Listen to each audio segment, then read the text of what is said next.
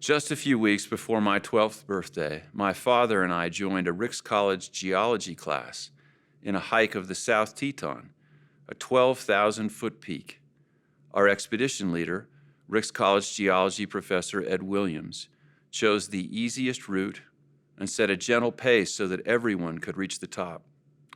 Everyone, that is, but my father and me.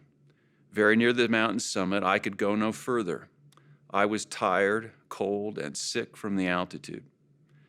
Ed, who had climbed the South Teton many times before, offered to stay with me so my father could summit the mountain. But he refused. He said, "I want to stay with my son." While the others went on, Dad made me comfortable. From his pack, he took a can of bean with bacon soup and his backpacker's single-burner cooking stove. The soup he made warmed and calmed my stomach. More importantly, my father's sacrifice warmed my heart. I knew that he wanted to finish the climb. It would have been the tallest mountain he had ever summited, but he proved to me again what I already knew, that he cared more about me than he cared about any earthly achievement. We waited more than an hour for the rest of the group to return. During that time, we happened to see 2 eagles flying below us.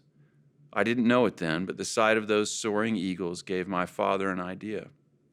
Dad knew that I would soon receive the Aaronic priesthood. He also knew that my priesthood service would require stamina. He knew that some priesthood assignments, particularly my full-time mission, would surprise me with their difficulty. He wanted me to be spiritually prepared. Those thoughts recalled to his mind a scripture from the 40th chapter of Isaiah. Verse 39 says, "They that wait upon the Lord shall renew their strength. They shall mount up with wings as eagles. They shall run and not be weary, and they shall walk and not faint." As my father thought of this scripture, he saw in his mind a special kind of carving. He imagined a height board, one showing not only my physical height, but also my spiritual growth. He would mark my height at the moment of important priesthood milestones: deacon, teacher, priest, full-time mission, and temple marriage.